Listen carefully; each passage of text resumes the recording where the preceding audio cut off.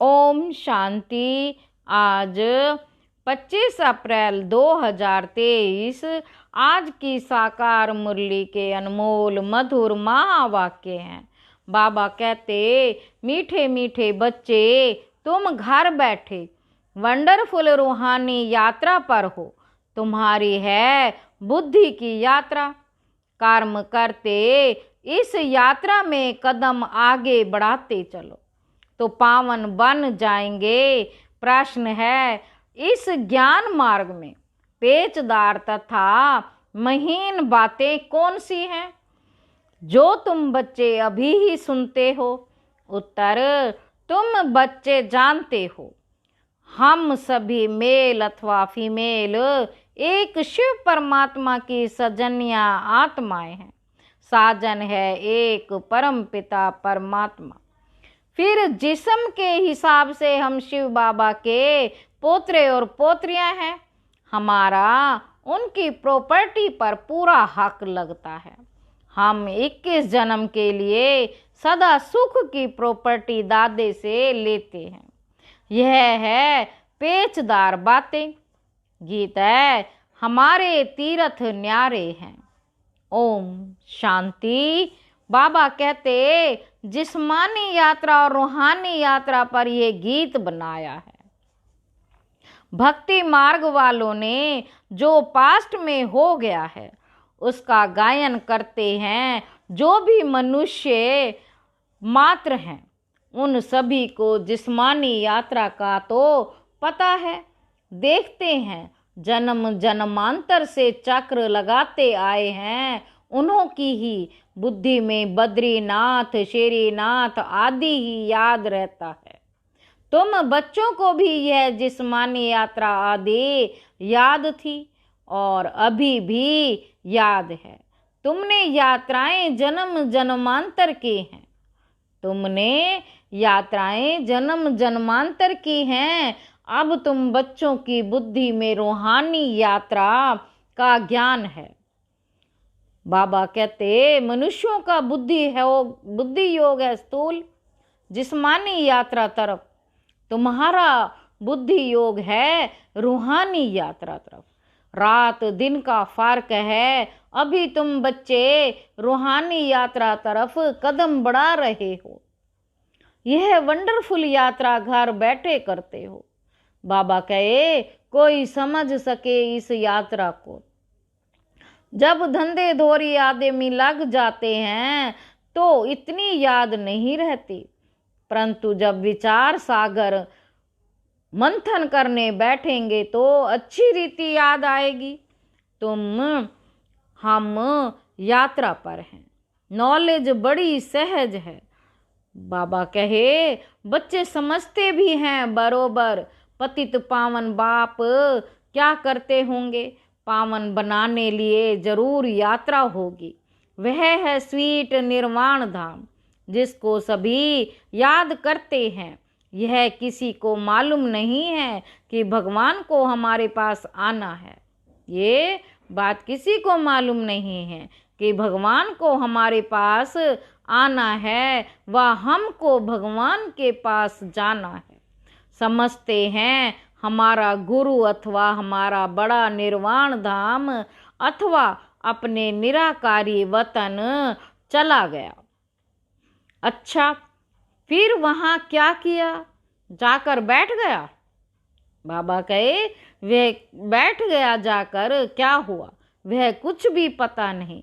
सिर्फ कह देते, पार निर्वाण गया।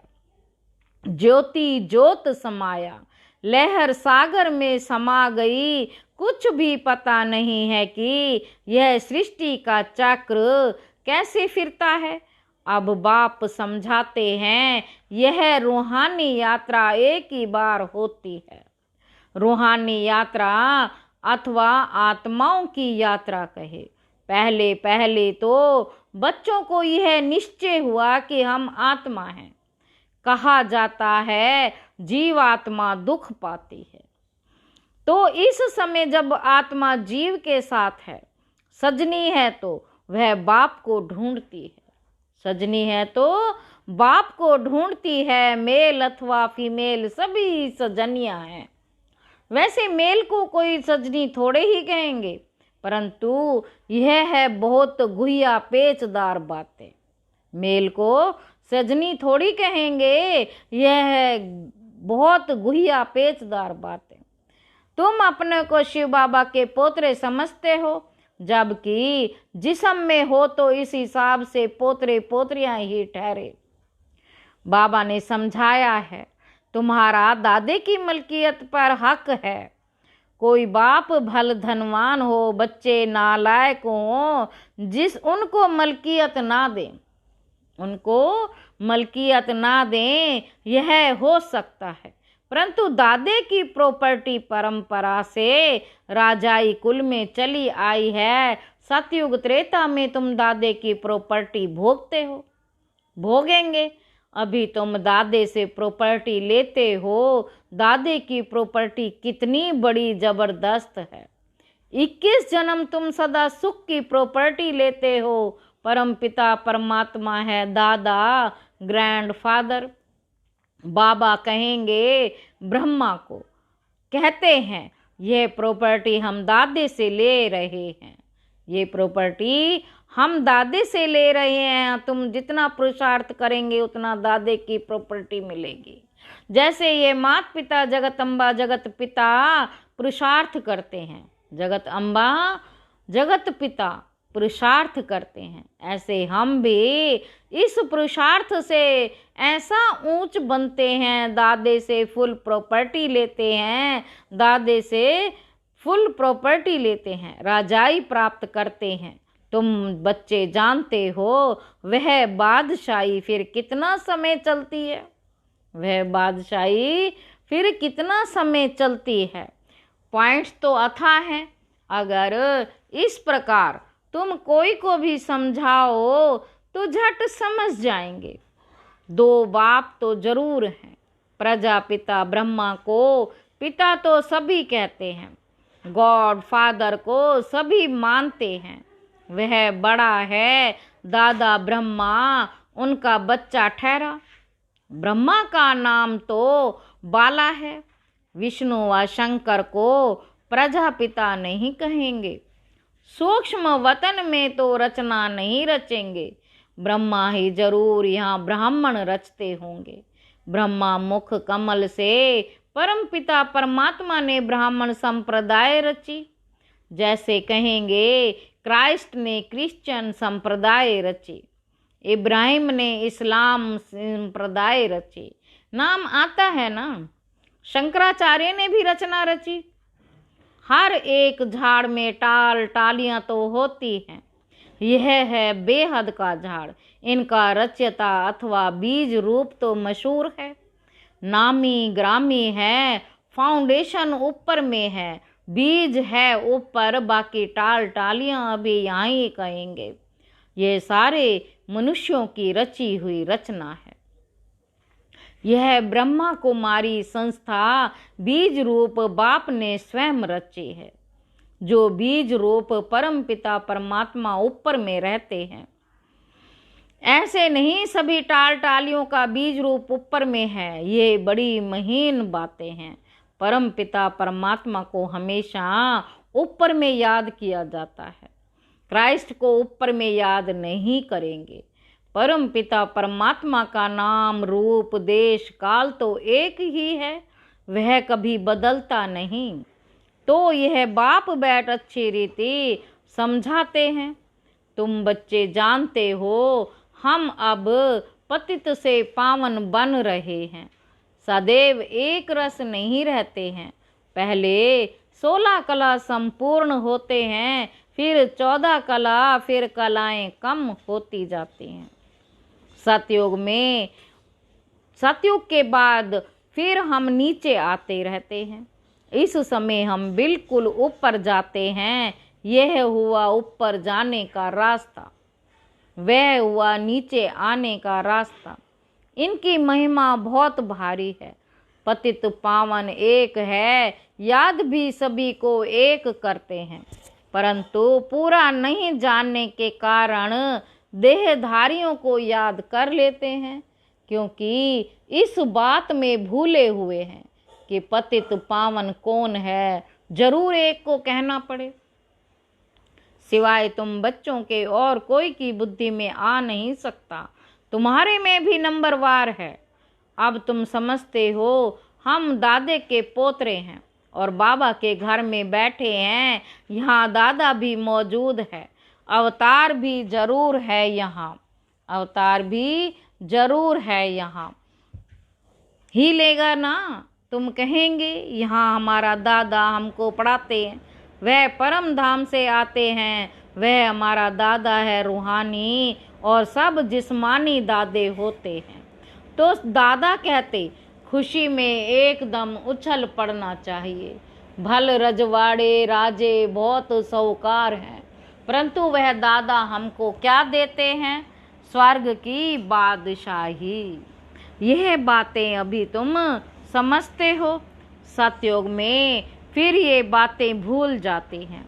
वहाँ इन लक्ष्मी नारायण आदि को भी पता थोड़े है कि स्वर्ग के सुख हमको किसने दिए।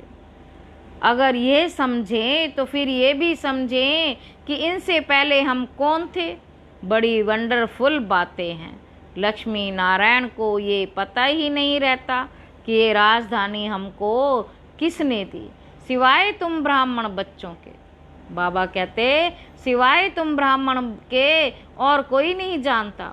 तुम्हारा देवताओं से भी मर्तबा ऊंचा है।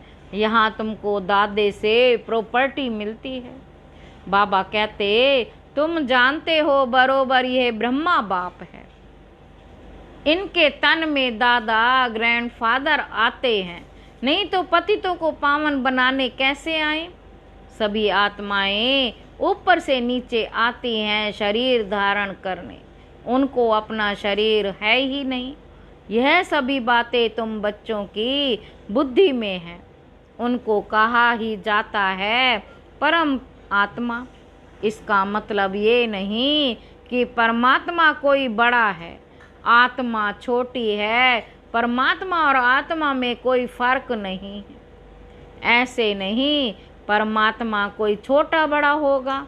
बाप कहते हैं मैं कितना साधारण हूँ, मेरी महिमा बहुत बड़ी है, क्योंकि सभी को आकर पतित से पावन बनाता हूँ। मैं भी आत्मा हूँ, मैं भी आत्मा। मेरे में जो नॉलेज है वह तुमको देता हूँ। ऐसे नहीं आत्मा कोई छोटी बड़ी होती है। आत्मा में नॉलेज ना होने कारण वह मेली हो जाती है, मुरझा जाती है, दीवा बुझ जाता है। फिर उसमें ज्ञान घृत पड़ने से दीवा जगता है। ज्ञान घृत पड़ने से दीवा जगता है, बाकी आत्मा क्या है? ऐसे नहीं कोई आग है, आत्मा ऐसे ही शीतल है जैसे परमात्मा शीतल है। वह है भी सभी को शीतल करने वाला। गाया भी जाता है शीतल जिनके अंग, इनके अंग शीतल हो जाते हैं उनकी प्रवेशता से। जिससे प्रवेश करते हैं उनको भी कितना शीतल बनाते हैं। बाबा जिनमें प्रवेश करते हैं उनको भी कितना शीतल बनाते हैं। तुम जानते हो बाबा कितना शीतल है, शीतल और ततल गरम। वह काम चिता पर जल मरे हैं, बात मत पूछो। कोई कोई तो ऐसे पाप आत्मा हैं जो कितना ज्ञान छींटा डालते हैं तो भी शीतल नहीं होते।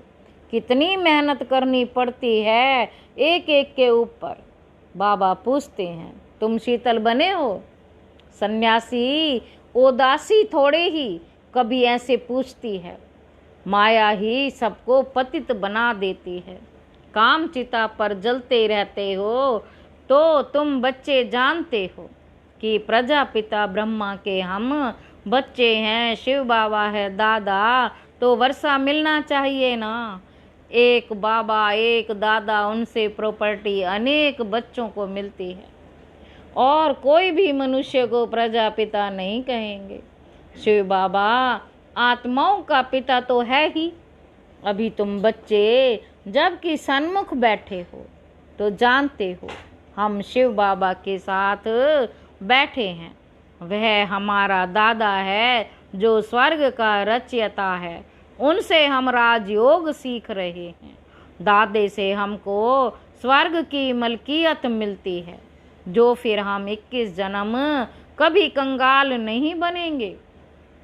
जो हम फिर 21 जन्म कभी कंगाल नहीं बनेंगे। तुम बहुत साहूकार बनते हो। जो तुम पूज्य देवी देवता थे वही फिर पुजारी बनते हो। तुम जानते हो हम बाबा से वर्षा लेते हैं, 21 जन्म सुख भोगेंगे। कितने बार वर्षा लिया और गंवाया। परसों वर्षा लिया था, कल गंवाया, फिर आज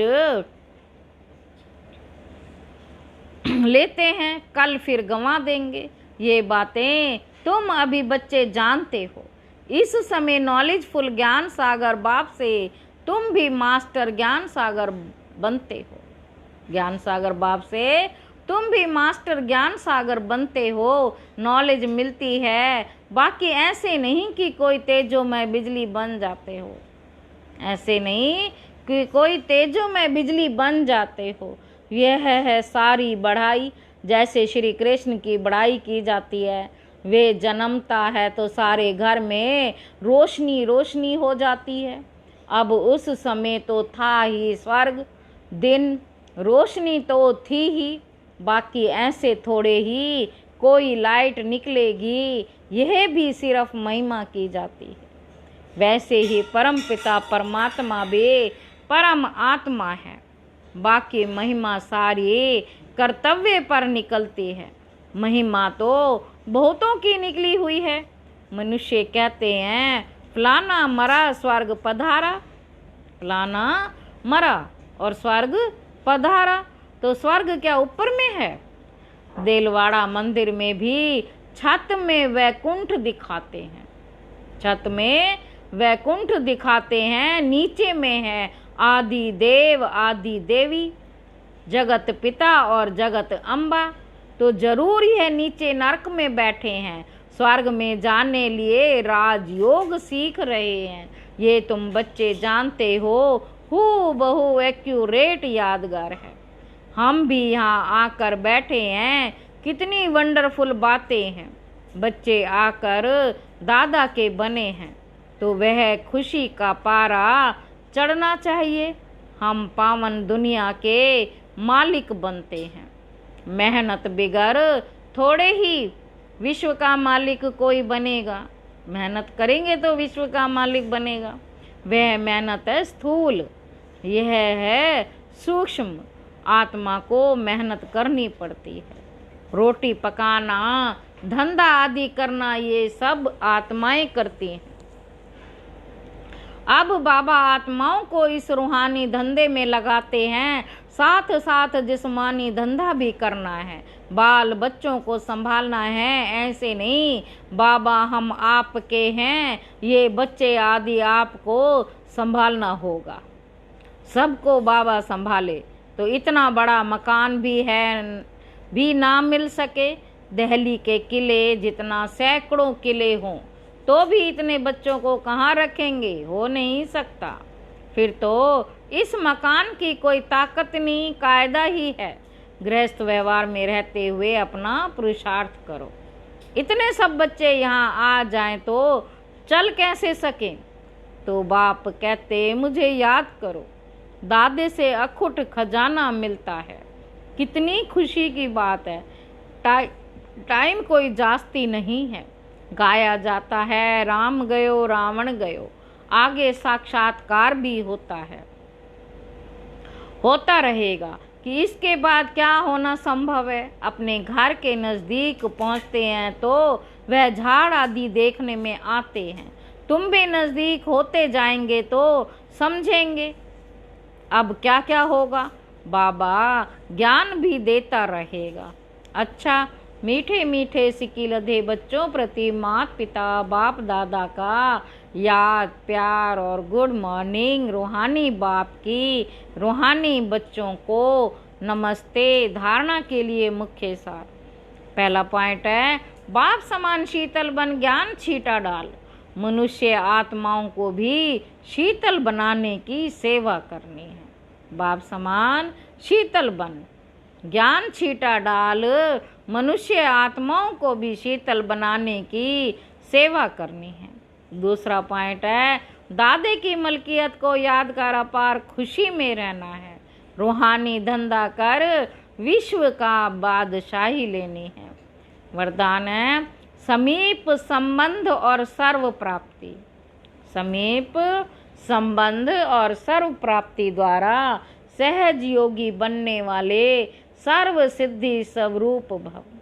जो बच्चे सदा समीप संबंध में रहते हैं और सर्व प्राप्तियों का अनुभव करते हैं, उन्हें सहज योग का अनुभव होता है। वह सदा यही अनुभव करते हैं कि मैं हूँ ही बाप का। उन्हें याद दिलाना नहीं पड़ता कि मैं आत्मा हूँ, मैं बाप का बच्चा हूँ, लेकिन सदा इसी नशे में प्राप्ति स्वरूप अनुभव करते हैं। सदा श्रेष्ठ उमंग, उत्साह और खुशी में एक रस रहते, सदा शक्तिशाली स्थिति में रहते, इसलिए सर्व सिद्धि स्वरूप बन जाते हैं। स्लोगन है, रूहानी शान में रहने वाले कभी हद के मान शान में नहीं आ सकते।